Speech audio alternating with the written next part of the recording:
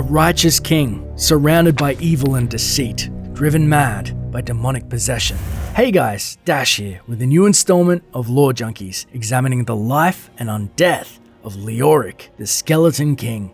Leoric arrived at Tristram Cathedral some years before the events of Diablo 1, with the help of his advisor Lazarus and a retinue that included his family and a host of knights led by Locdanan. Leoric appropriated the monastery there and established a seat of power from which he could rule over the western land of Khan-Duras.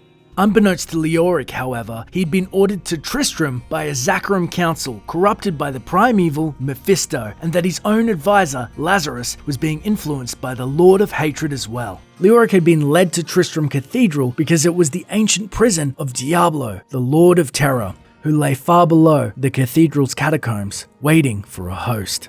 Despite being surrounded and manipulated by evil, Leoric himself was a good and just ruler, and the people of Tristram respected him. Sadly, this all changed when Lazarus found and shattered the soul stone that bound the Lord of Terror. Diablo's soul immediately inhabited the king's body, and despite his piety, Leoric was unable to resist the demon. Sensing this, and believing that he could expel the corruption, Leoric kept his followers in the dark until Diablo had wrested all but complete control. During that time, the maddened king sent his knights to neighboring towns where they would terrorize the inhabitants into submission. Any of his court that questioned Leoric's decisions were executed immediately, including his own wife, Queen Asilla.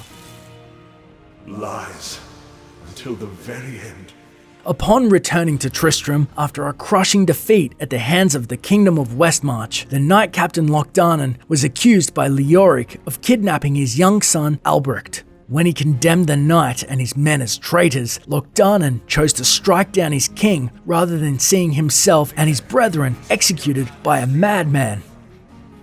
Traitors! Even in death the armies of Khan-Duras will still obey their king. Even if you will not. As Leoric lay dying, he cursed the knights, ensuring that they would serve him unquestioningly in death, if not in life.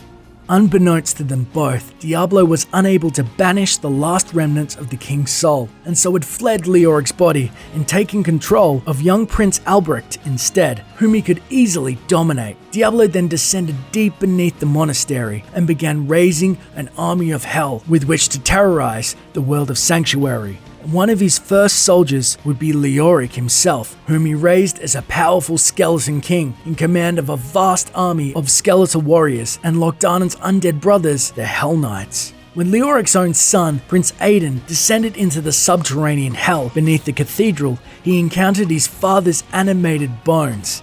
Accompanied by the heroes of Tristram, Aidan defeated the Skeleton King, and after donning his father's own magical crown, he swore to find Albrecht. Rest well, Leoric. I'll find your son. 22 years later, the fallen star crashed through the cathedral at Tristram and awakened the Skeleton King and his minions once more. After rescuing Deckard Cain from the skeletal henchmen, the Nephilim received information that would be the end of the Skeleton King for good. They discovered the Mad King's remains seated on a throne beneath the cathedral, and by transferring the king's spirit from his crown into his old bones, the Skeleton King rose once more, only to be defeated by these new heroes and banished from Sanctuary forever. Perhaps in doing so, this thrust the Skeleton King into the Nexus, where he will join the fight and extinguish the warmth of life wherever he treads.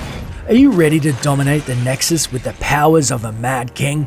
Let us know in the comments below, as well as who you want to see in upcoming Lore Junkies videos. Thanks for watching, and as always, enjoy the game.